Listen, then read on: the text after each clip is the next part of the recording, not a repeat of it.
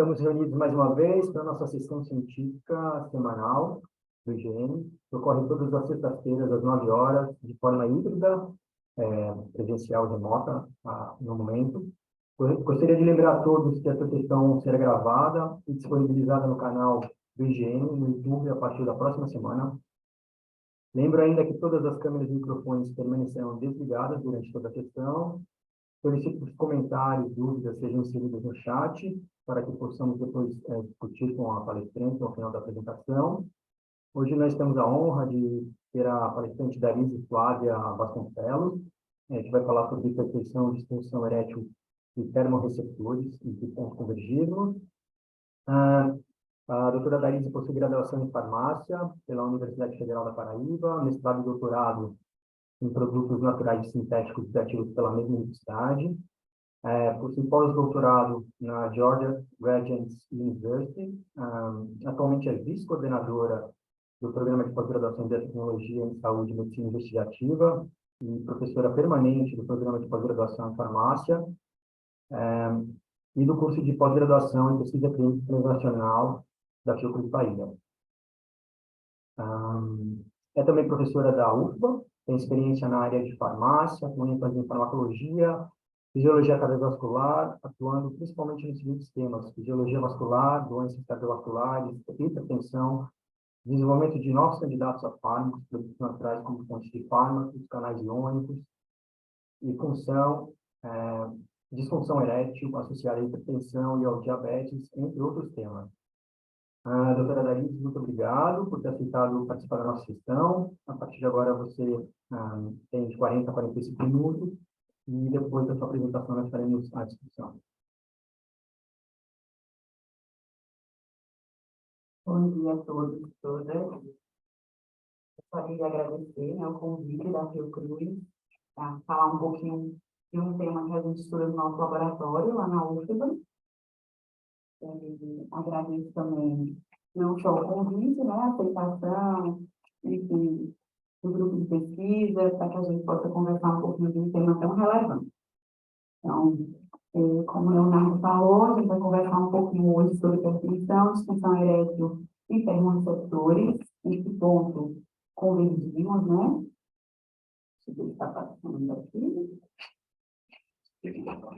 Só certinho.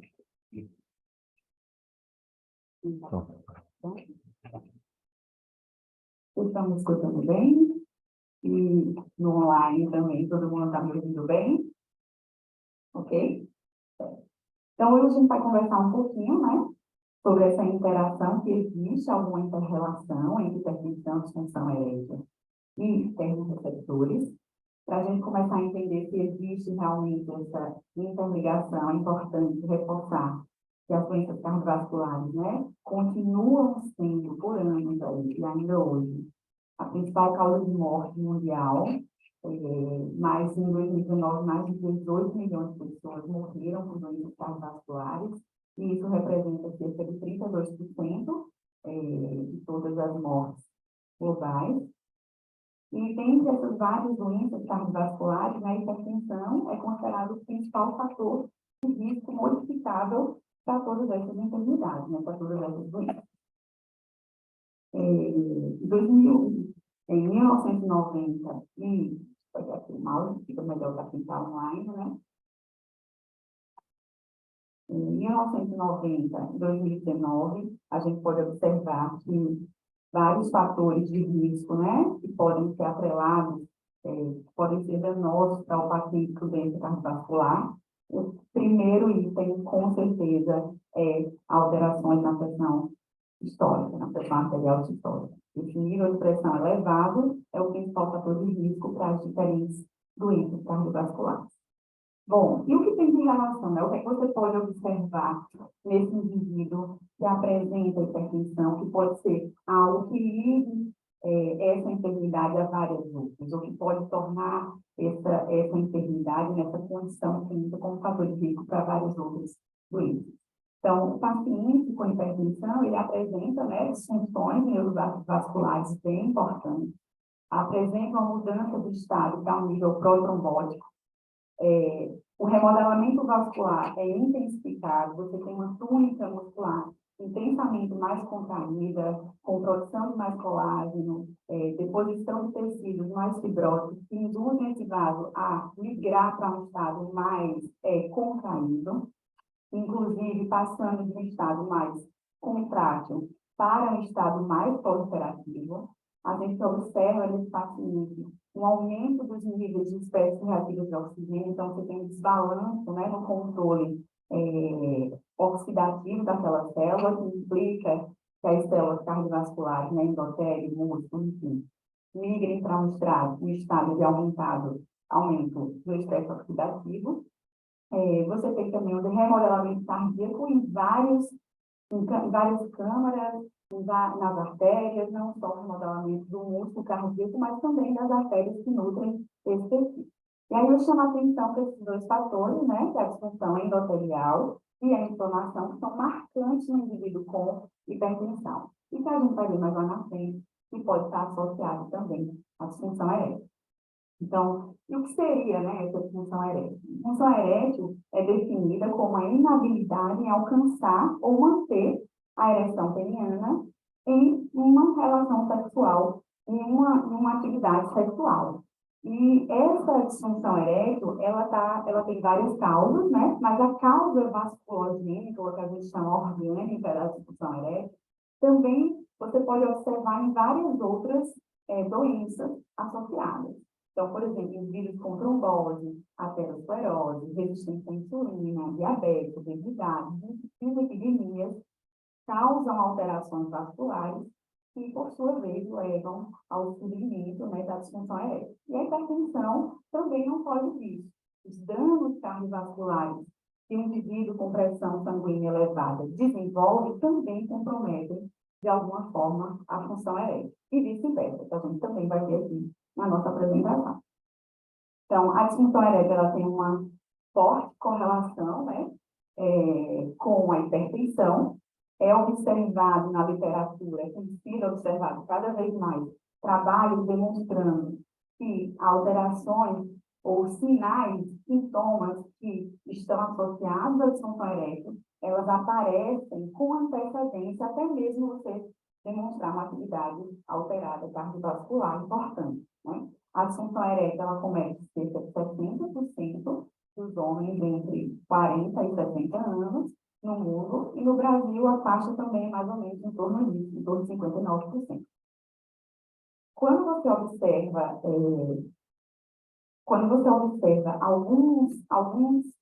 algumas alterações, né, fisiopatológicas que você encontra na disfunção erétil e também nas doenças cardiovasculares, como, por exemplo, alterações na idade, né, na alteração de paciente com pacientes mais velhos, eles tendem a desenvolver, né, espessamento da artéria, tendem a desenvolver disfunção endotelial, a alterar o estresse oxidativo, aumentar esse estresse oxidativo, né, apresentar hipercoagulação, entre outros fatores, e esses fatores estão compartilhados na disfunção erétil e na doença cardiovascular, além de essas duas alterações, né, esses dois indivíduos que apresentam disfunção erétil e doença cardiovascular também compartilham alguns fatores de risco.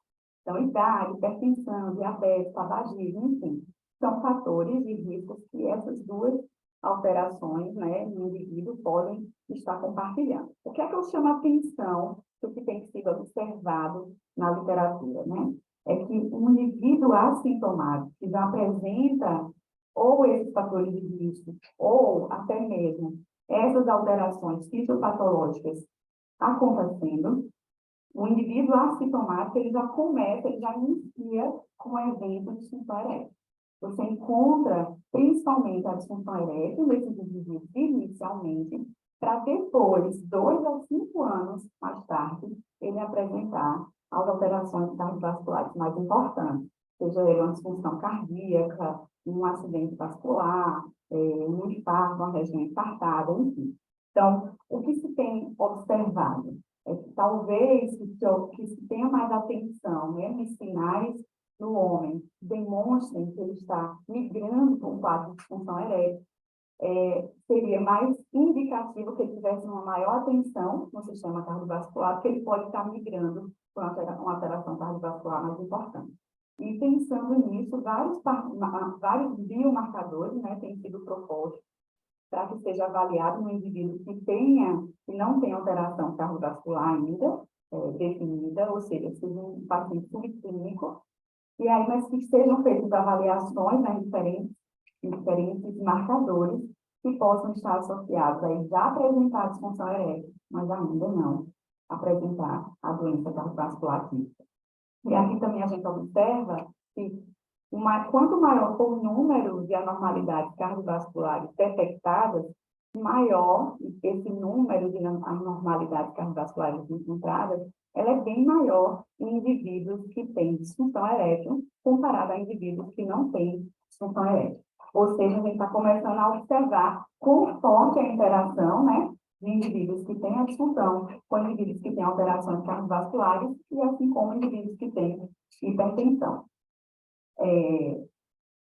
Em termos de recordar, né, como acontece o processo erétil, então, a ereção peniana ela depende muito da quantidade de sangue que adentra no tecido cavernoso. E essa entrada de sangue no tecido cavernoso é controlada por uma artéria importante, né, que é a artéria pudenda interna, controla cerca de 70% desse fluxo sanguíneo que chega ao tecido cavernoso, e em seguida essa artéria se ramifica, nutrindo todo esse tecido.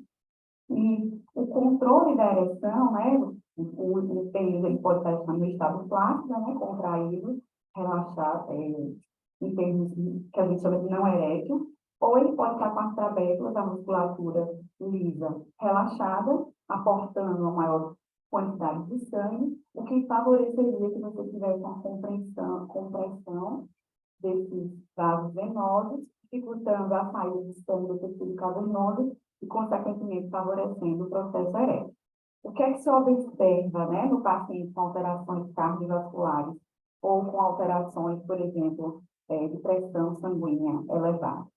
Nesses indivíduos, a gente tem bem evidente a disfunção endotelial. E essa disfunção endotelial, dessa camada de células da túnica interna no vaso, se vocês não lembram da fisiologia, essa camada de vasos é extremamente importante como sensor cardiovascular. Ela percebe o que está acontecendo no sangue e lança mediadores que possam controlar a musculatura lisa vascular para que ela fique mais contraída ou menos contraída e, consequentemente, regule o fluxo sanguíneo para aquele tecido onde essa irrigação está acontecendo. Então, se você tem uma disfunção endotelial, esse endotélio não consegue, de várias maneiras, fazer esse controle vascular importante. O vaso tende a diminuir o seu perfil vasodilatador e entrar no perfil mais vasoconstritor, o que impossibilitaria, no caso do paciente com disfunção erétil, né, uma maior entrada de sangue no tecido cavernoso, impedindo assim, dificultando assim o processo de ereção. Além disso, a disfunção endotelial leva a um menor relaxamento das trabéculas musculares do tecido cavernoso, diminuindo assim a entrada de sangue nesse tecido, também dificultando o processo de ereção peniana. Então, doenças relacionadas, né, como hipertensão, dislipidemia, diabetes, que alteram essa disfunção, que geram essa disfunção endotelial, comprometem diretamente a entrada de sangue e o perfil relaxado que a musculatura lisa cavernosa pode desenvolver. Bom, e aí, o que tem a ver os TRPs, né, que são canais do inglês, Transient Receptor Potential, de onde vem esse canal e qual é a relação que ele poderia ter, então, com a hipertensão, com a disfunção erétil e com o termorreceptor propriamente dito. Então, os receptores TRPs, os canais TRPs, eles são canais catiônicos não seletivos, eles permitem a passagem de diferentes tipos de íons, porém a gente chama eles de não seletivos, porque existem subtipos deles que são, sim, seletivos para determinados íons, mas a maioria são não seletivos, por isso que eles são definidos dessa forma, né? Existem vários subtipos desses canais, que estão mostrados aqui nessa figura, né? Alguns deles não são encontrados em humanos, mas a maioria desses subtipos são expressos em tecidos humanos, estão envolvidos principalmente na via de transdução sensorial do nosso sistema biológico. Então, a detecção de moléculas ao redor das células, seja temperatura, moléculas ou temperatura, né? Seja nível de H+, nível de CO2, íons, enfim, várias moléculas podem levar à ativação desses canais, inclusive a temperatura. Por isso que alguns desses receptores são chamados de termorreceptores. São expressos em todas as nossas células, né? E também a expressão desse canal pode tanto estar sendo encontrada, né, na membrana plasmática, como você pode encontrar também eles expressos em algumas organelas. E os estudos, né, com canais TRPs, eles cresceram muito nessas duas últimas décadas, né, após sua descoberta lá em torno dos anos de 1990, no sistema visual de mosca. Primeiro foi identificado lá e depois foi observado que a gente conseguia expressar esses receptores e depois observar o quão importante esses canais iônicos são no nosso sistema biológico como fatores de detecção do que está acontecendo no nosso microambiente. Esses receptores, primeiro eles foram identificados e estudados em sistemas, né, neuronais de transdução, depois eles começaram a ser observados em várias outras células, inclusive em células do sistema cardiovascular. Aqui é uma imagem, né, um esboço geral de alguns tipos de canais do tipo TRT que estão expressos no vaso sanguíneo, mas a gente também tem expressão dele em neurônios perivasculares, em tecido adiposo ao redor do vaso sanguíneo, né, perivascular, a gente também tem ele expresso em carniócitos e tem apresentando diferentes funções. Nos vasos sanguíneos, né, os TRPs, eles podem estar expressos na camada endotelial, que é onde ele está mais concentrado, a maioria deles, mas também a gente encontra muitos expressos na célula muscular livre. E essa expressão está envolvendo aí diferentes tipos de sinalizações.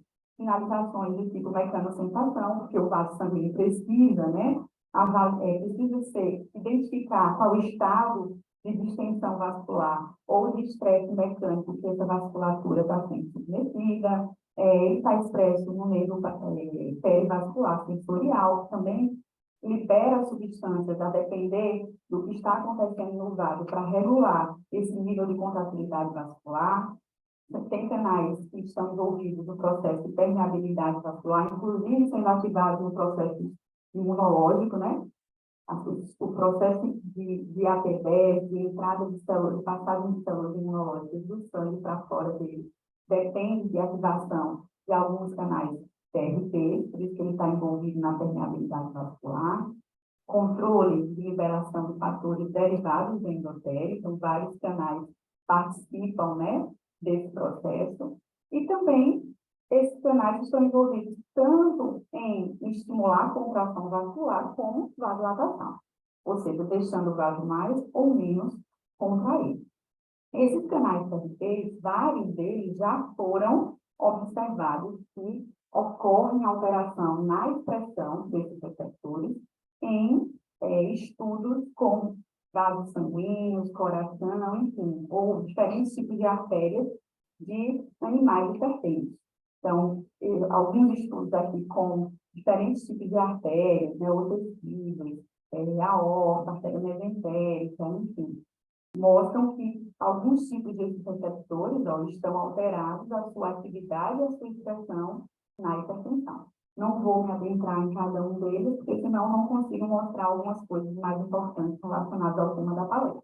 Mas, quem tiver interesse, tem uma revisão de 2015, que trouxe vários tipos de canais do tipo TRP relacionados às alterações vasculares e que levam ao processo hipertensivo. Bom, mas qual é o tema, né, relacionado a nossa aula de hoje? São os termorreceptores e a sua correlação com a hipertensão e com a disfunção elétrica. Termorreceptores é um grupo de receptores que são facilmente ativados com a alteração da temperatura ou com mudanças na temperatura. E alguns tipos desses termorreceptores são da família, né, da grande família dos TRPs. No processo de regulação térmica, O sistema nervoso ele precisa identificar o que está acontecendo na periferia, né, nos órgãos internos, em termos térmicos. Esses sinais chegam ao sistema nervoso central, no nosso controle, no nosso centro de controle de temperatura hipotalâmica, através dos neurônios, né, sensoriais. O hipotálamo processa a resposta que é necessária para aquele indivíduo naquele local térmico que ele se encontra, e aí lança mão de liberar hormônios, de ativar a glândula tireoide, aumentar a atividade cardíaca ou diminuir, né, a estimular a musculatura esquelética ou diminuir a contratilidade da musculatura esquelética, de alterar o estado de contratilidade dos vasos sanguíneos mais periféricos e dos vasos sanguíneos mais internos no core, que a gente chama de controle de temperatura central, de lançar mão de ativar a glândula sudorípara, enfim, no intuito de que a gente não saia do nível de temperatura adequado para o nosso corpo. Mas, para o hipotálamo detectar essas informações, ele precisa da informação sensorial. E essa informação sensorial partiu de um termorreceptor que ativou esse neurônio. E esses termorreceptores, eles, como eu falei anteriormente, alguns deles, né, fazem parte da família dos TRPs, que são os canais que eu falei anteriormente. Aqui a gente tem alguns exemplos, ó, TRPV1, V4, M3, que estão em neurônios, que estão expressos, né, em neurônios que mandam um sinal para o sistema nervoso que a temperatura ambiente deve estar em um nível um pouco mais aquecido, ou aqueles neurônios que mandam sinais que a temperatura ao redor ambiental deve estar um pouco mais resfriada, né? Ou seja, em temperaturas mais frias, 20, 24 graus, 10, enfim, até temperaturas nocivas, aquelas que causam dor. Então, a gente observa nesse gráfico aqui que as correntes iônicas, né, é um gráfico representativo, mas que mostra que as correntes iônicas, ou seja, a passagem do íon por esses canais, elas aumentam a depender da temperatura ótima que aquele canal está sendo ativado. Então, um canal termorreceptor ele não se ativa com todas as temperaturas, ele tem a faixa de temperatura que é adequada para a ativação dele, que são faixas diferentes. Tem receptores que se ativam mais em temperaturas maiores, 42, 44, enfim, e outros que se ativam em temperaturas mais baixas, em torno de 8 a 10 graus, ou 5, 8 graus. Então, esses receptores, né, participam do processo de regulação térmica, mas eles não só participam dessa atividade. A gente foi observando que ele participava de várias outras atividades biológicas. E esses receptores, né, os mais importantes dos canais TRPs, que fazem essa percepção ou podem ser ativados por temperatura, a gente tem o TRPA1, o M8, o V4, o V1 e o V2. E aqui a gente observa mais ou menos as faixas de temperatura que esses receptores são ativados. Então, quando você adentra num ambiente, que esse ambiente está um pouco mais aquecido, os receptores do tipo V1 ou V4, vai depender qual é a faixa de temperatura, começam a ser ativados e mandam esse sinal que sistema nervoso, dizendo mais ou menos qual seria a faixa de temperatura que você se encontra. Do mesmo jeito, são os termorreceptores que percebem temperaturas mais frias. Bom, qual é a atração de hoje da nossa aula? A atração da nossa aula de hoje é o TRPM8. O TRPM8 é um canal permeável ao íon cálcio, e esse canal ele é ativado por temperaturas resfriantes, entre 10 a 25 graus Celsius. Ou também por vários outros estímulos, o pH, substâncias exógenas, por exemplo, substâncias que dão essa sensação de frio. Você, por exemplo, pode chupar uma balinha de menta, quando botar na boca, você começar a perceber algo resfriado na sua boca. Porque o mentol é um dos agonistas mais clássicos do TRPM8. Ativa esse receptor e informa ao seu sistema nervoso que você está em um ambiente resfriado. Na verdade, você não está nesse ambiente resfriado, é o receptor que está sendo ativado. Do mesmo jeito aqui que o baiano adora uma pimenta, né? E quando você come a pimenta, você tem aquela sensação quente, de calor na boca, que está aquecendo. Isso aí é que ativou o TRPV1, que é um canal que manda o sinal do sistema nervoso central se você está sendo, se alguma coisa aquecida está sendo ativada naquela região. Na verdade, não é a temperatura que está aquecendo, o que está ativando seria a capsaicina presente na pimenta, que está fazendo essa ativação. Pois bem, o TRPM8, ele pode ser ativado por moléculas exógenas que dão essa percepção de frio ou de sensação térmica para o sistema nervoso. Porém, como eu falei anteriormente, ele não é um canal só envolvido nisso. Ele participa de várias outras funções que a gente foi descobrindo ao longo de muitos estudos. E o TRPM8, ele já foi descrito que ele está expresso, né, em diferentes tipos de vasos sanguíneos. E também no coração. Então, na aorta, artéria mesentérica, artéria femoral, artéria caudal, já foi descrito a pressão do canal TRPM8, que, por sua vez, pode ser ativado por essas moléculas que eu falei anteriormente. Além disso, a relação TRPM8 e hipertensão também já tem sido, aos poucos, evidenciada, né? Tem estudos mostrando que polimorfismos no canal TRPM8 em humanos aumentam o risco desse indivíduo ter doença hipertensiva. A ativação, o uso de cápsulas contendo mentol, né, que é um ativador de TRPM8, utilizado também tanto em estudos com animais espontaneamente hipertensos, quanto em indivíduos pré-hipertensos, foi mostrado que houve uma diminuição da pressão sanguínea com a utilização dessa substância, e também tem sido mostrado que a expressão do canal TRPM8 está diminuída, por exemplo, na hipertensão pulmonar. Então, já fazendo, né, já indicando que esse canal, de alguma forma, pode ter alguma correlação com a hipertensão e com as consequências ou a causa, por exemplo, que esse aumento de pressão arterial pode proporcionar ao indivíduo. Estudos anteriores, né, no nosso laboratório, mostraram tanto estudos com a própria planta, com óleo essencial da menta x-vilosa, ou até com mentol, liberado dessa espécie de planta, ou até mesmo a rótula de polona, que é uma outra substância que causa ativação do TRPM8, mostrou aqui, como está evidenciado nesse gráfico, que mostra a pressão arterial e frequência cardíaca, e a administração dessa substância diminuía a pressão arterial sistólica, média e diastólica, assim como a frequência cardíaca, né, causando bradicardia.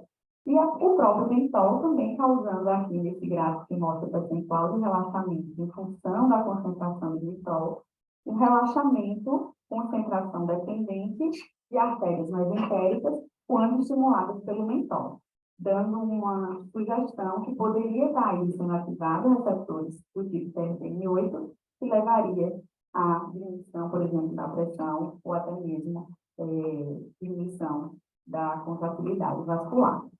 Nós também evidenciamos que isso envolvia canais TRPM8, porque quando a gente observou que, utilizando o rótulo de polana, mais uma vez, seria ativador de TRPM8, a gente observava o relaxamento da vasculatura das artérias mesentéricas e, utilizando o antagonista, né, do TRPM8, você tem o deslocamento da curva para a direita, tanto para a rótula de polona quanto para a mentol. Isso em estudos feitos de que forma? Estudos com artérias isoladas. Isola a artéria abdominal e observa o nível de contratividade dessa artéria. E investiga se, por exemplo, a substância causa esse relaxamento ou contração e qual seria o mecanismo de injeção. Como o TRPM8 é um canal ativado por temperaturas resfriantes, o que é que a gente fez? A gente reduziu a temperatura daquela artéria, do ambiente que aquela artéria se encontrava e observava quais eram os efeitos observados, né? Quais seriam os efeitos representados ali naquele experimento. Então, ao diminuir a temperatura de 37 para 25, 18, o que a gente observava é que acontecia um relaxamento da vasculatura da artéria peniana. E esse relaxamento era aumentado na presença de rótulo de polona nas concentrações testadas. É como se você estivesse potencializando a ação do TRPM8. Só para você lembrar como isso pode ser percebido, você bota a balinha lá de mentol e sente o refrescor, né? A sensação fria. Quando você toma água, mesmo ela tendo em temperatura ambiente, você vai perceber a água gelada. Porque esses dois sinais se potencializam, o canal canal está mais propício à ativação. Então, quando você usa a temperatura e um agonista nesse canal, você observa o efeito mais pronunciado, que é o que a gente observou aqui, e esse efeito também foi observado, aumentado, né, o relaxamento aumentado, o relaxamento induzido pela temperatura foi aumentado, aumentando, dando subsídios para a gente interpretar que esse canal poderia estar sendo realmente ativado, expresso e ativado nas artérias mesentéricas. Confirmamos isso fazendo estudos com focal, né, avaliando o transmito de cálcio nas células musculares lisas, isoladas, de artéria, e observamos que o agonista utilizado, né, TRPM8, da rotenfolona, aumentava o transmite de cálcio nas células isoladas e, na presença do DGTA, né, retirando o cálcio do meio extracelular, esse transmite reduzia, mostrando que tinha uma entrada de cálcio na célula do meio extra, do meio intra. E esse transiente de cálcio aumentado pela rotenfolona foi inibido pela capsaicina, que é das substâncias utilizadas como bloqueador de canal TRPM8. Bom, o que é que se tinha, então, observado na literatura com os nossos experimentos e com outros colegas que também pesquisavam TRPM8 na vasculatura? Esse canal estava expresso no endotélio, expresso no músculo, e a ativação dele, por exemplo, com o mentol, aumentava o cálcio na célula endotelial. Esse cálcio levaria ao aumento de fatores relaxantes derivados do endotélio. Esses fatores migravam para o músculo, inclusive miopra, prostaciclina, fatores temporalizantes derivados do endotélio, migravam para a célula muscular, causando relaxamento desse cálcio. Esse relaxamento mediado por diferentes vias de sinalização, né, diminuindo o cálcio na célula muscular, diminuindo a atividade das proteínas reguladoras de contração, enfim, no intuito de fazer com que essa célula muscular relaxasse.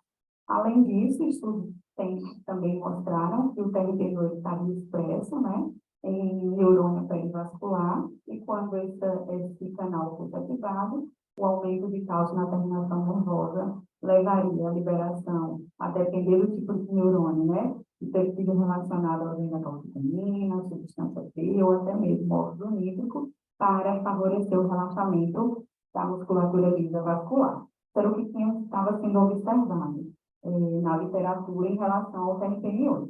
A gente fez alguns estudos também, mostrando para tentar avaliar se isso realmente poderia estar acontecendo na célula muscular. Então, pensando que esse canal na célula muscular lisa poderia estar sendo lá expresso, ele tenderia a levar a entrada de cálcio para a célula muscular, e esse cálcio deveria, de alguma forma, estar ativando rotas que levariam ao relaxamento dessa musculatura. É até um pouco contraditório, né? Porque a gente pensa, mas cálcio no músculo não contrai? Contrai. Mas a gente tem que entender que nossa célula tem um monte de pacotinhos, de microdomínios, que a depender de onde esse íon aumenta ou diminui, né? Você tem efeitos diferentes. E aqui o que se pensava, que tem sido observado, é que esse canal permite a entrada de cálcio, e esse cálcio deve estar próximo do espectro cálcio, que são canais para potássio sensíveis ao cálcio. E quando esse canal é ativado, ele deixa passar potássio para fora da célula, ou seja, fazendo com que essa célula tenda a ficar mais hiperpolarizada, levando ao relaxamento. Então, a gente observou isso em ensaios de PET clamp, né, fazendo medidas eletrofisiológicas, que realmente a substância rotenfolona, que é um ativador de TRPM8, causava aumento das correntes de potássio, ou seja, aumentava a saída de potássio através dos seus canais iônicos, beta-cálcio, porque quando utilizamos o tetraetilamônio, esse canal é bloqueado na concentração que a gente utilizou, e isso desfavorecia, né, o processo de aumento de corrente de potássio que a gente observou nos estudos eletrofisiológicos, casando com esse efeito que estava sendo proposto e que a gente também analisou nos nossos estudos, né? No caso, em células musculares livres de artéria mesentérica. Bom, então, até aqui a gente observa que existe, né, correlação entre os termorreceptores e a hipertensão, estão envolvidos ali de várias formas diferentes. A gente observa que a hipertensão e a disfunção erétil também têm correlação. As doenças cardiovasculares, aumento de pressão e disfunção erétil compartilham de vários fatores de risco, bem como de alterações cardiovasculares. Porém, não se tinha na literatura informações ou registros, experimentos que mostrassem que a disfunção erétil tivesse associação com termorreceptores, ou que pudesse ter alguma alteração com termorreceptores. E aí foi um dos nossos objetivos de pesquisa, né? Foi observar primeiro se o receptor TRPM8 era expresso em tecido cavernoso e em artérias que nutrem o tecido cavernoso, no caso, a artéria pudenda, que é importante para a nutrição vascular do tecido cavernoso. Observar se a ativação desse receptor poderia alterar de alguma forma o estado de contratilidade do corpo cavernoso e da artéria pudenda, e observar se isso acontecesse, nossa hipótese, né, é que isso poderia aumentar o relaxamento dessa artéria, aumentar o relaxamento do corpo cavernoso, levando mais sangue desse tecido, o que poderia favorecer ao processo de ereção peniana. E que, como em alguns estudos mostravam que esse receptor estava alterado na hipertensão, a gente pensou que esse receptor também poderia, de alguma forma, estar alterado nesse tecido cavernoso e nas artérias pudendas, fazendo com que houvesse um impedimento, né, do processo de relaxamento e, consequentemente, favorecesse a disfunção erétil associada à hipertensão. Então, para isso, a gente fez alguns estudos, né? Primeiro, avaliamos a expressão do receptor, que não tinha dados na literatura mostrando se ele era expresso ou não em artérias pudendas. Então, a gente isolou a artéria pudendal interna, fez ensaios de Western blot para avaliar a expressão proteica e observamos que o receptor estava expresso em artérias pudendais de ratos normotentes. E também observamos que eles estavam expressos em artérias, em células musculares livres isoladas de artéria pudenda. Então, foi a primeira vez que foi demonstrado que esse receptor está expresso nessas artérias. A gente também fez estudos com imunofluorescência. Em vermelho, teve a fluorescência para o TRPM8, né, para o anticorpo contra o TRPM8, e a gente observou que ele está aqui presente nas várias regiões arteriais. Em outras avaliações que a gente fez, ele também demonstrou que ele estava presente no endotélio. Então, tanto na artéria pudenda quanto nas artérias, né, como a aorta, que utilizamos como controle positivo, a gente observou a expressão do TRPM8. E também observamos a expressão do TRPM8 no corpo cavernoso. Então, também foi a primeira vez que isso foi demonstrado, tanto através de estudos por Western blot, a proteína foi demonstrada a expressão, como também aqui no tecido cavernoso isolado, tem imunofluorescência, a gente observa bem a trabeco, e em vermelho a expressão demonstrativa, né, do canal TRPM8, ou seja, ele está lá expresso. Mas será que ele está funcionando? Não quer dizer que a proteína foi expressa, ele está funcionando. A gente pode observar se, ativando esse receptor lá no tecido cavernoso, a gente tem algum efeito caracterizado, né? Meu Deus, já são 9h40. Vai adiantar, viu? Então, o que a gente observou, né, é que usando a insulina, que é um agonista do TRPM8 também, a gente observou que essa insulina induz vasorelaxamento, concentração dependente em artérias pudendas internas, e esse relaxamento, a curva concentração-resposta é deslocada para a direita, ou seja, você tem uma diminuição do efeito biológico da insulina na presença dos bloqueadores de canais TRPM8.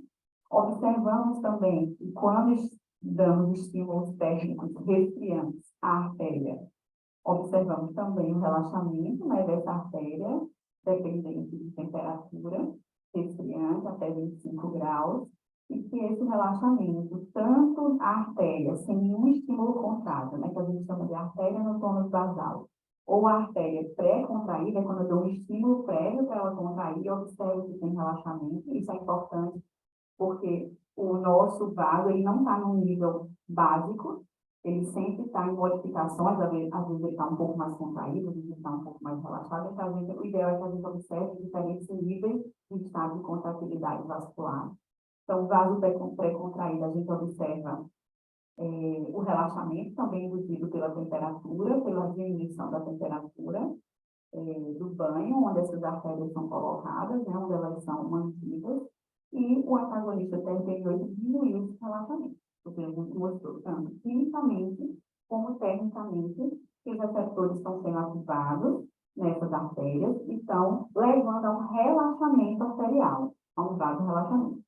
E o corpo cavernoso também. O corpo cavernoso com estímulo de insulina, o agonista TRPV8, a gente observa o relaxamento do corpo cavernoso, a gente remove o corpo cavernoso do rato, monta ele em um sistema para medida de contratibilidade de força desse tecido muscular e observa se ele está mais propício ao relaxamento ou à contração. Isso infere, vamos dizer assim, é sugestivo que possa alterar dessa forma se você tiver uma substância que relaxa por fora cavernosa e que você está relaxando as trabéculas do músculo e favorecendo, por exemplo, um indivíduo em vivo, o aporte de sangue nesse tecido que levaria à ereção. Não posso dizer que está induzindo a ereção, porque está induzindo, mas é a possibilidade disso pode estar acontecendo. Então, a insulina, a ativação da NPM8 levou ao relaxamento do corpo cavernoso e esse relaxamento foi reduzido na presença do bloqueador do NPM8, mostrando mesmo que é esse canal que está sendo ativado, pelo menos em parte está ali participando da ativação do relaxamento observado no corpo cavernoso. E um outro experimento que a gente também avaliou é que o corpo cavernoso ele tem 3 inervações muito importantes, né? A inervação adrenérgica, colinérgica e anitrégica, que controlam o processo de ereção peniana. O pênis no estado flácido é aquele pênis que está sendo mais estimulado pela via adrenérgica, a via sensível à noradrenalina. Então, a gente fez uma análise, né, para observar se, por exemplo, se eu estivesse dando estímulos elétricos ao corpo cavernoso, num ambiente que ele foi todo bloqueado, as outras inervações, deixei livre só a inervação adrenérgica. Se eu fizesse um estímulo elétrico nesse tecido, é provável que eu observe a contração, né? E o corpo cavernoso contrai, uma vez que eu estou levando a liberação de noradrenalina nesse tecido local. E observamos se a insulina podia impactar de alguma forma nisso. Uma vez que, se eu diminuir a ação adrenérgica no corpo cavernoso, eu vou tender a favorecer a ereção peniana, quando for necessário. Então, a gente observou que o estímulo elétrico, né, de campo do corpo cavernoso induzia a contração, que seria tipicamente resultado de uma ativação adrenérgica, e na presença de insulina, essa contração, insulina, né, o ativador da TRPV8, essa contração também foi reduzida em diferentes frequências de estimulação. Ou seja, de alguma forma, a insulina estava induzindo o relaxamento do corpo cavernoso, impedindo, ou direta ou indiretamente, uma ação adrenérgica, por exemplo, sobre esse tecido. Era como se fossem as primeiras conclusões que a gente tinha dos efeitos biológicos da ativação da NPM8 sobre tecidos que controlam a ereção peniana. Observamos também que o relaxamento da artéria pudenda dependia, pelo menos em parte, né, de alguns fatores vindos do endotélio vascular. Então, a gente estudou vasos na presença do endotélio e vasos quando a gente removeu o endotélio vascular. Ou seja, se eu removo o endotélio vascular e eu observo um relaxamento reduzido dessa artéria, é propício que eu tenha ali um mecanismo que depende, em parte, do endotélio vascular. Ou seja, o TRPV8 expresso nessa célula endotelial deveria estar liberando alguns fatores que agiriam no músculo e faria a artéria relaxar. A gente observou que fatores seriam esses, né, utilizando alguns inibidores, por exemplo, a eliname, que inibe a sintase do óxido nítrico, ou seja, diminuindo a liberação, a síntese e liberação de IO, utilizando Utilizamos alguns bloqueadores de canais para potássio, né? Que podem estar envolvidos também na ação dos fatores atualizantes derivados do endotélio, indometacina, que de alguma forma inibe a síntese de prostaciclinas, né? Inibe a COX, que levam à diminuição da síntese das prostaglandinas. E dessa forma, você pode ter uma redução da produção de prostaciclina, que agiria na musculatura lisa. Então, observamos que esses eventos estariam sendo reduzidos, né, na presença desses antagonistas, e aí a gente concluiu que provavelmente é a entrada de cálcio na célula endotelial que leva à produção desses fatores relaxantes derivados do endotélio, ele vem para o músculo e causa o processo de relaxamento. E isso seria um mecanismo de ação da TRPM8 nas artérias pudentes. Então, o que a gente teve de conclusões parciais é que realmente o TRPM8, né, estava expresso em artérias pudentes em corpos cavernosos, que a ativação desses receptores levam ao relaxamento desses tecidos, né? Esse relaxamento na artéria pudenda parece envolver, pelo menos em parte, né, fatores relaxantes derivados do endotélio, que levariam à diminuição da resistência vascular e melhoraria, provavelmente, o aporte de sangue, né, tecido cavernoso. E o corpo cavernoso também estaria sendo relaxado por ativação da RBM8, o que levaria esse relaxamento, pelo menos em parte, a gente observou que deve ser uma redução do tônus adrenérgico ou influenciando na via adrenérgica, que faria com que esse corpo cavernoso tendesse a um estado mais relaxado, o que poderia favorecer a ereção peniana. Isso seria um mecanismo fisiológico, porque esses animais são animais onipotentes, não têm alterações, enfim. Mas a gente queria saber, e na hipertensão? Porque existe a disfunção erétil associada à hipertensão. Será que esse canal deveria, de alguma forma, estar trabalhando errado, estar com a expressão alterada? Então, vamos investigar, né, se no estado no animal que tem disfunção erétil associada à hipertensão, como é que está a atividade desse receptor térmico, desse termorreceptor. É bem característico na literatura, né, que o modelo de animal hipertenso, então o modelo de espontaneamento hipertenso, ele é um modelo de disfunção erétil também. Por quê? Porque as atividades eréteis desse animal, eles estão comprometidos em diferentes pontos. Então, a pressão intracavernosa, por exemplo, aqui é um experimento que avalia a pressão intracavernosa. Essa pressão intracavernosa está menor em animais espontaneamente hipertensos, comparada a animais sob controle normotenso. A síntese, né, de gene cíclico, a dosagem de gene cíclico nesses tecidos também é menor. Gene cíclico é a via utilizada para o oxonídrico relaxar a corpórea cavernosa. Então, se você tiver diminuição da síntese de gene cíclico, você está, de alguma forma, mostrando o comprometimento da rota lipédica em realizar o seu processo de ereção peniana. E, além disso, a vasodilatação por vasodilatadores também é prejudicada em animais SHR. Por isso que eles entram no quadro de ser um modelo também de disfunção erétil. Então, a gente pegou esse animal que tem hipertensão, que tem a disfunção erétil, e avaliamos a expressão do canal TRPM8 nesses animais, né? No SHR e no ISTA. E fizemos a comparação. A expressão do canal não estava alterada. Então, a expressão foi a mesma em animais normotensos e hipertensos. Porém, o que a gente observou é que a resposta relaxante à ativação do TRPM8 ela é totalmente diferente em animais SHR e em animais normotensos. O que a gente observa aqui é que o relaxamento induzido em artéria pudenda normal de animal normotenso ela é menor do que em animais hipertensos, como se a sensibilidade do TRPM8 tivesse aumentada em animais hipertensos, pelo menos em artérias pudentes. Isso era bom. Não tenham alteração na expressão, mas tenham na sensibilidade. Então, eu ativando o TRPM8 nessas artérias, elas estariam propícias ao relaxamento, o que poderia ser melhor para um paciente que tivesse disfunção erétil, por exemplo. Então, a gente começou a varrer a literatura em relação a isso, né?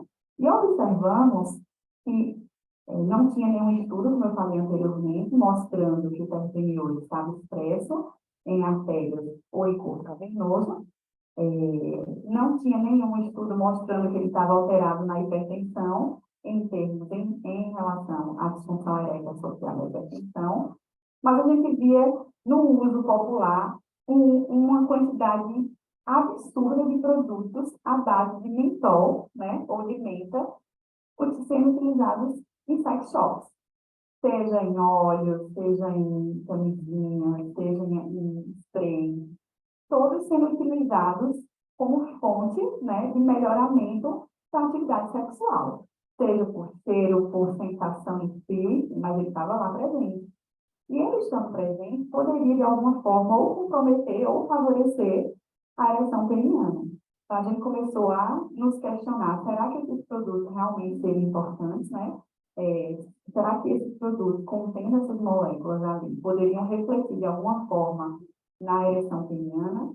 E os estudos que a gente tinha feito prévios, né, até então, mostrava que o receptor estava mais sensível, né, o receptor tinha uma sensibilidade aumentada em estados de hipertensão na artéria pudenda, nos estudos que a gente fez previamente. Então, a gente começou a pensar, será que a gente precisa administrar um gel contendo mentol no tecido peniano do animal com disfunção erétil? Será que ocorre alguma melhora? Porque vai ativar o muito, pode levar àquelas atividades que a gente viu anteriormente e favorecer os processos que levariam à ereção peniana. Então, a gente fez alguns estudos com hidrogel contendo mentol, aplicamos durante 30 dias topicamente esse hidrogel na mucosa peniana dos animais normotensos e animais hipertensos. E após esses 30 dias, a gente pegou o corpo cavernoso desse animal e foi estudar. Pegou algumas artérias também para avaliar se tinha alguma modificação na vasculatura dessas artérias após esse tratamento. E investigamos também a pressão caudal desse animal, né, a pressão arterial caudal desse animal, no intuito de investigar ao longo das semanas se tinha alguma alteração pressórica nesse animal normotenso e hipertenso. O que a gente observou? Que durante os 30 dias, né, de administração tópica do hidrogel contendo mentol, e nos últimos dias, né, no 15º dia em diante, o animal começou a apresentar uma queda da pressão arterial. Você olhando aqui, são os animais hipertensos, tem pressão mais elevada, pressão arterial média, e os animais normotensos com pressão arterial mais abaixo, que é o esperado do animal. O que a gente não esperava é que houvesse uma diminuição da pressão arterial, mesmo com a administração tópica peniana. Ou seja, de alguma forma, esse mentol deve estar caindo na corrente sanguínea e deve estar influenciando sistemicamente na pressão dos animais. A gente observou também, quando a gente foi olhar o corpo cavernoso desse animal, corpo cavernoso aqui em vermelho dos animais Wista, em preto dos animais SHR, pegamos o corpo cavernoso dele e fomos estimular com a noradrenalina, mimetizando uma ação adrenérgica nesse corpo cavernoso, para observar se a reatividade era maior ou menor. O que a gente observou é que os animais hipertensos têm uma reatividade, têm uma contratividade menor, a noradrenalina. Isso implica no estado que esse músculo é mais contraído mesmo, ele expande menos, são as características do tecido cavernoso de animais hipertensos, que também são atreladas ao que acontece no humano, mas o que a gente observou é que, com a administração, com o tratamento com mentol, a curva concentração-resposta foi deslocada para a direita, a potência farmacológica, né, do mentol, ela foi alterada, foi reduzida quando tratado com mentol, mostrando, indicando para a gente que o tratamento do animal com esse hidrogel contendo mentol, de alguma forma, estava dificultando a reatividade à noradrenalina, ou seja, dificultando a ação adrenérgica sobre esse corpo cavernoso, o que poderia ser bom, porque a atividade adrenérgica ela é alta em hipertensos. E e isso é refletido também na atividade sobre a corpórea cavernosa. Além disso, a gente fez a avaliação em artéria ilíaca, né, observando para ver o que acontecia nessa artéria após o tratamento, e a gente observou que um doador de óxido nítrico utilizado no intuito de avaliar a vasodilatação dependente no músculo, né, dependente de um doador de NO. Para ver se essa sinalização vasodilatadora está ok, está aumentada, enfim. E essa sinalização é importante na via de ereção peniana. Então, a gente utilizou o nitrocruciato de sódio e observamos que ele causa relaxamento das artérias ilíacas, né? E que esse relaxamento é prejudicado em animais hipertensos. Ou seja, esse animal realmente está mais difícil de relaxar essas artérias porque ele está no quadro de hipertensão. Porém, o tratamento, né, com mentol, topicamente, mexeu lá nessa artéria, fez com que ela respondesse melhor, inclusive igual a um animal normotenso, melhorando a função vasodilatadora dessa artéria que estaria prejudicada no estado hipertensivo. E, por fim, também observamos que houve uma melhora na função endotelial. Então, os animais hipertensos, eles têm disfunção endotelial, a gente observa aqui que eles relaxam menos a acetilcolina.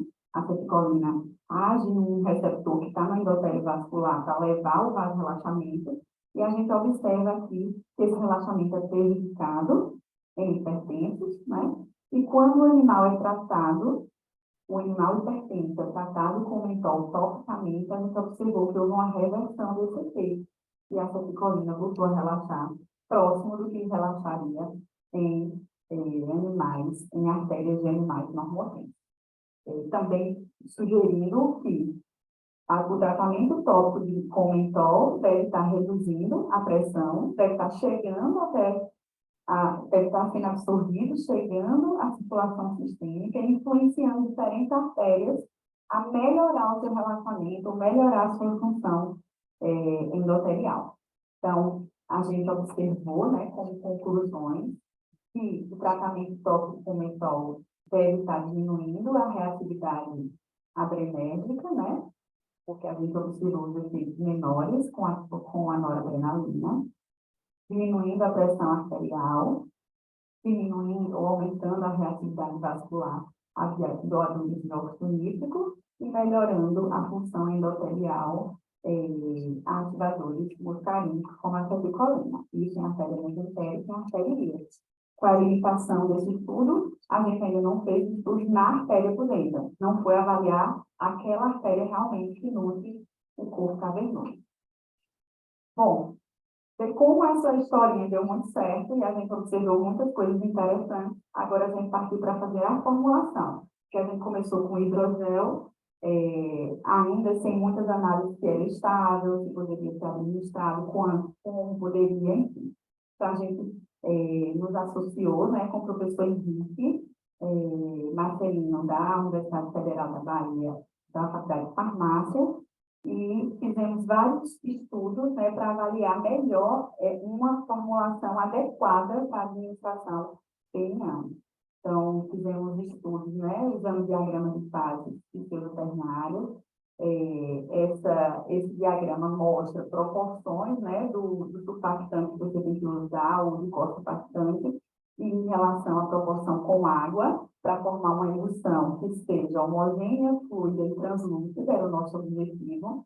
E aí a gente escolheu qual seria a concentração desses participantes, né, para formar a emulsão. Elaboramos essa emulsão translúcida, consistente, videozinho aqui não funciona porque está no PDF, mas a gente observaria aqui essa homogeneidade dessa emulsão criada. Fizemos estudos para avaliar a morfologia e tamanho da gotícula formada, né, através de microscopia eletrônica, observando a forma da gotícula, ou seja, a gente observa que essa gotícula não é alterada, comparada à ausência de mentol. Ela aumenta de tamanho na faixa média de 157 nanômetros de diâmetro. O pH dessa formulação não alterou nos dias avaliados, né, até 90 dias não houve alteração, bem como em temperaturas diferentes. Depois de criar a microemoção adequada, estável, pegar essa microemoção agora e transformá-la em uma forma farmacêutica que pudesse ser administrada no tecido peniano. Então, a limitação de usar a microemulsão pura é porque ela tem uma baixa consistência, baixa viscosidade, né? Não penetra, não passa muito tempo presente naquela pele, então a gente queria que passasse um tempo maior, tivesse uma certa viscosidade e consistência, já pensando aí no futuro, será que uma pessoa que tem disfunção erétil pode usar essa formulação de gel para ser utilizada no ato sexual, enfim. Então, fizemos a análise, né, da estabilidade dessa formulação, contendo agora a goma xantana, e observamos em termos de firmeza, consistência, enfim, coesividade, vários parâmetros de textura foram testados para avaliar se tinha alguma mudança na estabilidade da formulação criada, e a gente observou que não tinha, ela se tornou, foi obtida, né, uma formulação com consistência adequada, com viscosidade e adesividade adequada. Na microscopia eletrônica, a gente observou que as microemulsões estão lá aderidas, né, aos polímeros, às matrizes poliméricas da goma xantana, de forma adequada.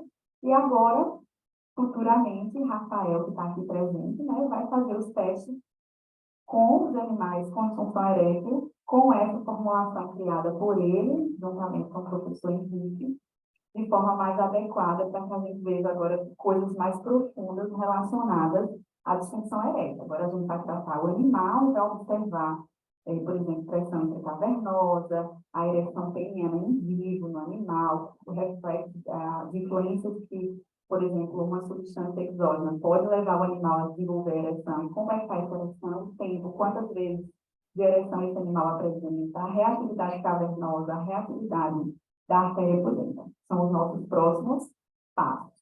Então, com a nossa palestra de hoje, que eu demorei muito, já peço desculpa, a gente conseguiu observar, né, que existe sim relação entre hipertensão e disfunção erétil, que existe relação sim entre hipertensão e termorreceptores, e que existe sim relação entre os termorreceptores de disfunção erétil e hipertensão.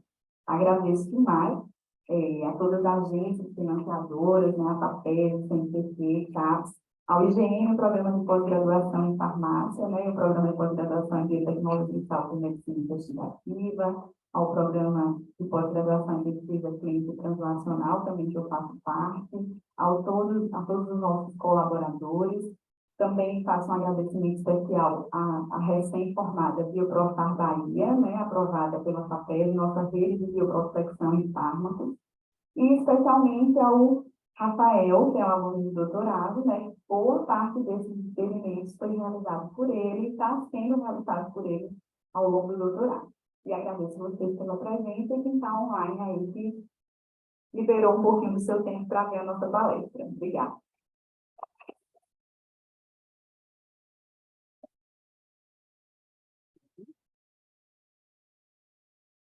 Obrigado, Daíde, pela apresentação desse trabalho.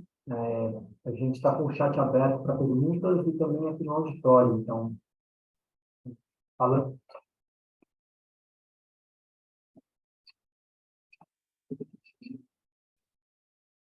Obrigado, professora. Bom dia. Mais profundo, pode. Então, professor, é uma dúvida que eu tenho que, em parte, eu vou pedir desculpas, que é porque fisiologia já tem um pouquinho, e talvez seja ainda uma deficiência disso, e também, às vezes, alguns mecanismos de fisiologia vai contra a nossa intuição inicial, né? Uma dúvida que eu fiquei o tempo todo é porque, assim, inicialmente, por intuição, a gente pensa que, nesses contextos de hipertensão, de inflamação, de desinflamação, a tendência é de um aumento de temperatura e o oposto também, né, com a queda da pressão, tanto que uma pessoa com bradicardia ou então realmente em situação de choque, a gente percebe a temperatura mais baixa. E aí a gente observa, muito evidentemente demonstrado, que esses receptores se ativam com um estímulo de frio. A lógica não seria com o oposto, aí eu não sei porque pode ter alguns outros mecanismos envolvidos, mas imaginaria-se que esse mecanismo no contexto biológico fosse na intenção de contrabalancear, né, uma situação de pressão alta, esse estímulo lá dos fatores de prostaglandinas e dos outros fatores que sobem a temperatura é que ativaria, e não de frio. Aí eu não sei se isso faz sentido. E uma outra pergunta, já aproveitando a chance, pelo menos assim, em termos de via respiratória, a gente associa também de forma intuitiva e de forma leiga, né? De sentir um alívio, por exemplo, numa situação de rinite alérgica ou de outros processos que têm uma certa contração de musculatura lisa e de fenômeno imunológico, claro, né? Da alergia, mas que essas substâncias mentol, também cânfora e outras que dão essa sensação de frio, dá um alívio, de certa forma, às vezes libera. Isso pode estar associado também, com talvez por pesquisas, eu não sei se é por outro mecanismo que isso agiria. A essas minhas duas dúvidas. Desculpa, eu estou não sei. Alan. Alan, excelentes perguntas. São perguntas mesmo que confundem a nossa cabeça, porque a gente tende a observar um efeito de uma substância e atrelar esse efeito a uma única sensação. Se esse receptor tivesse expresso só em célula neuronal, daria perfeito o seu raciocínio. Por quê? Porque ele levaria a sensação de frio do sistema nervoso central e você teria as respostas de rebote, de aquecimento do corpo. E não é isso. Esse receptor ele não só está localizado nesse local, está localizado em muitas outras células, levando outros sintomas que não têm nada a ver com a temperatura, porque ele é ativado por substâncias diferentes. Ele pode ser alterado pelo pH, ele pode ser alterado a atividade que eu estou falando, né? Pode levar para ativação ou fechamento pela presença de colesterol na membrana, pela degradação ou pelo aumento de PIP2, que é um fator membranar produzido, né? Fosfatidilnositol bifosfato, anandamida, tem sido descrito por influências nutricionais, enfim. Tem vários tipos de estímulos ou de influências que esse canal pode ativar, dependendo de que célula ele se encontra, né? O que a gente está mostrando aqui é um receptor presente na célula muscular lisa vascular de uma artéria, ou receptor presente na artéria, isolada.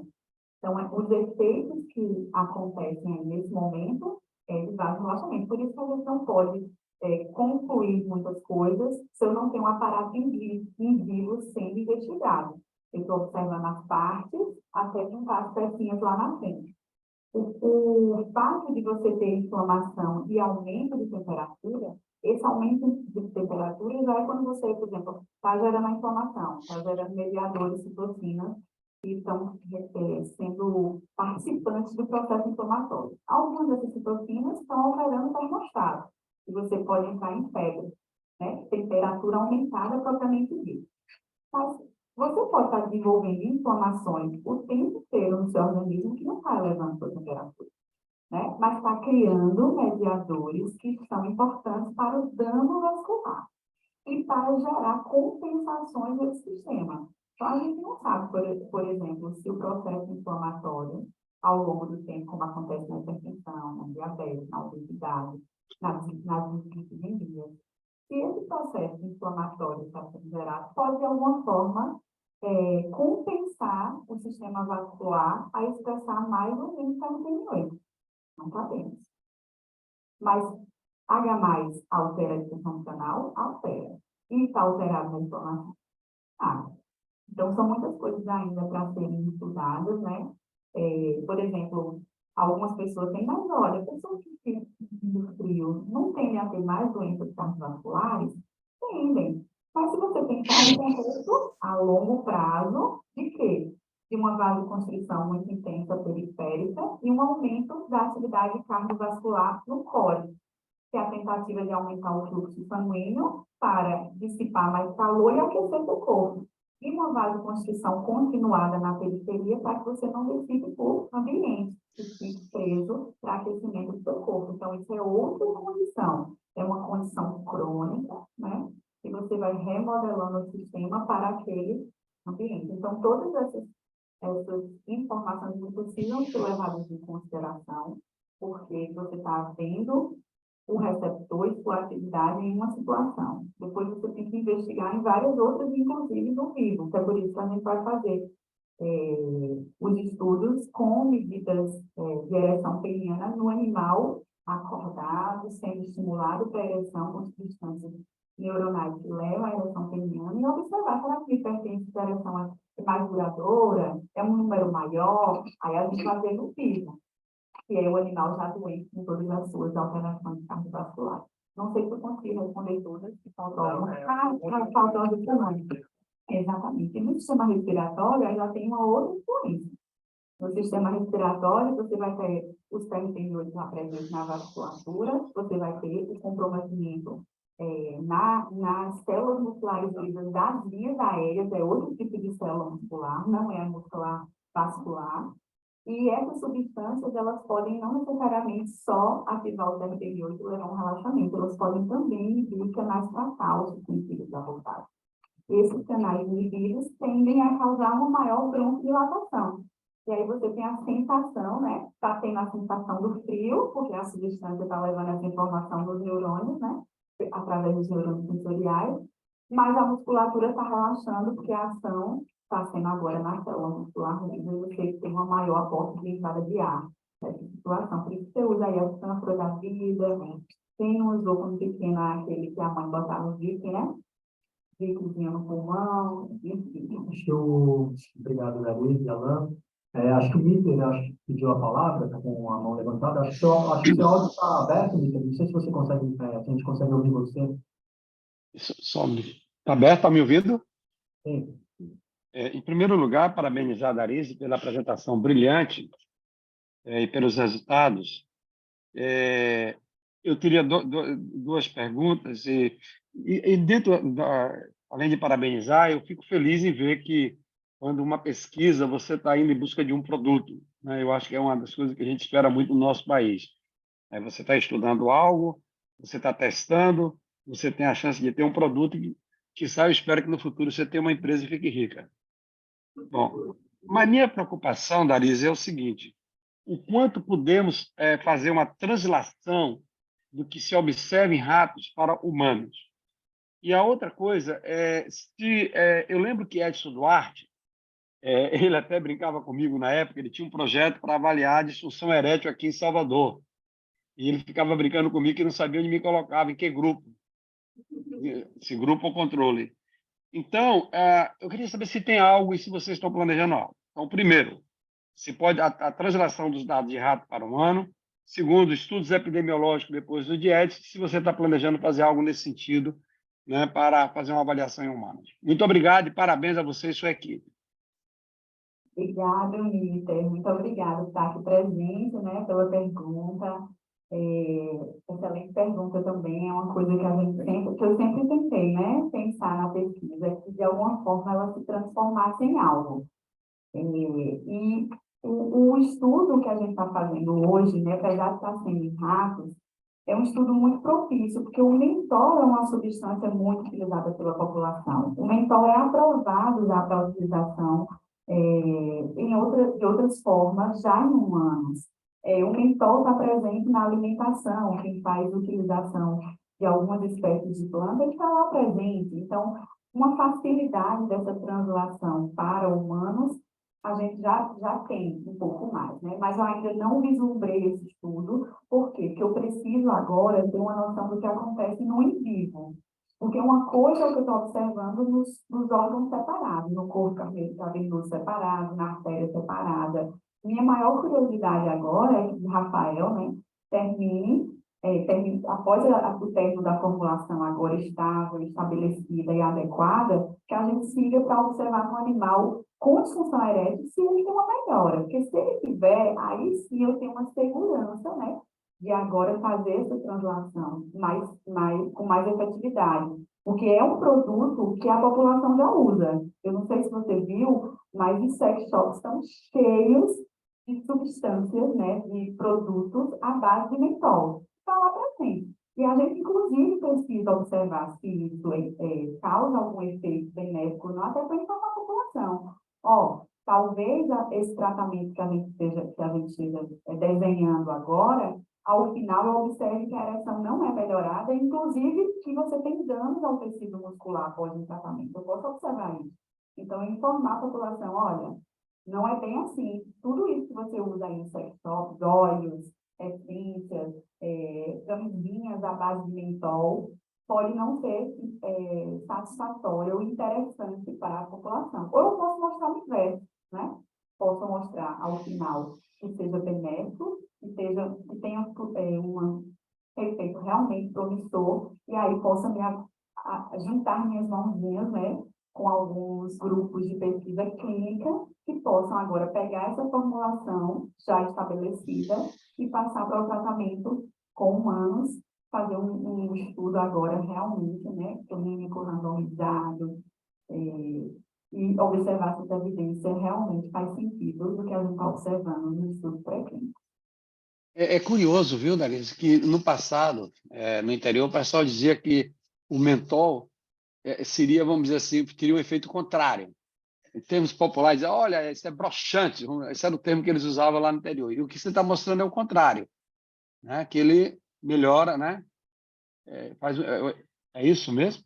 Isso, exatamente. O que a gente tem observado aqui é, pelo menos, que a função, o relaxamento do corpo cavernoso e o relaxamento da artéria pudenda, elas estão aumentadas, estão melhoradas na presença do mentol.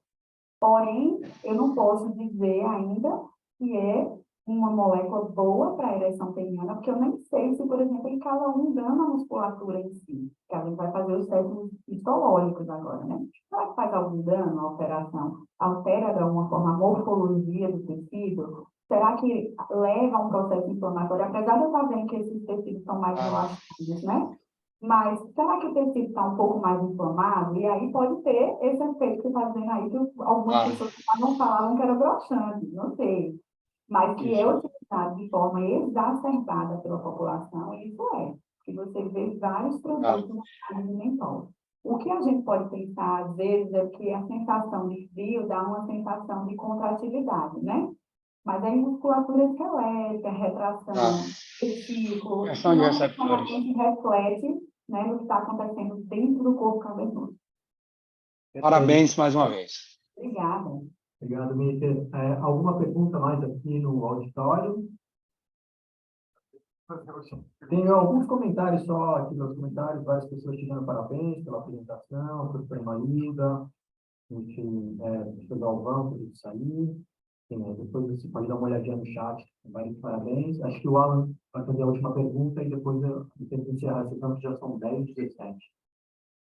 Bem rapidinho, eu sei que não é exatamente o objetivo ainda dessa etapa, mas já tem informações na literatura em termos de farmacocinética desse... Tá ligado.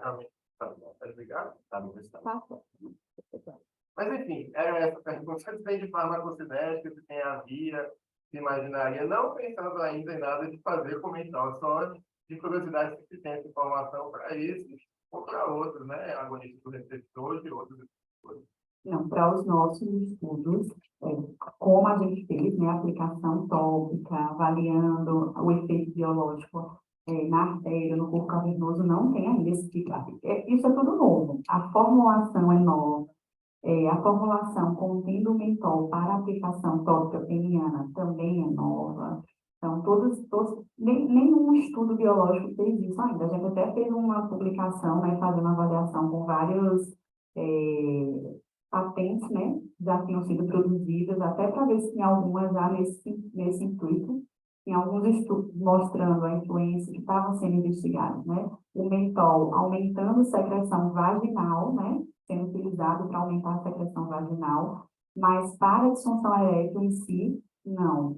E estudos farmacocinéticos nesse intuito também não. Então, é um objetivo nosso também, né? De fazer uma avaliação, tá? No nosso projeto, após a administração, a gente observar quanto chegou a corrente sanguínea, quanto ficou no corpo cavernoso, né? Através de microbiálise, a gente vai tentar investigar quanto está ali dessa administração. Enfim, faz parte do nosso estudo, mas não tem na literatura. Obrigado, Darícia, obrigado a todos. Então, acho que pelo dia do horário, já são 10h20, vou encerrar a sessão. Acho que foi muito proveitosa e sexta-feira que vem nos encontramos novamente. Até mais, tchau, tchau. Feliz semana a todos.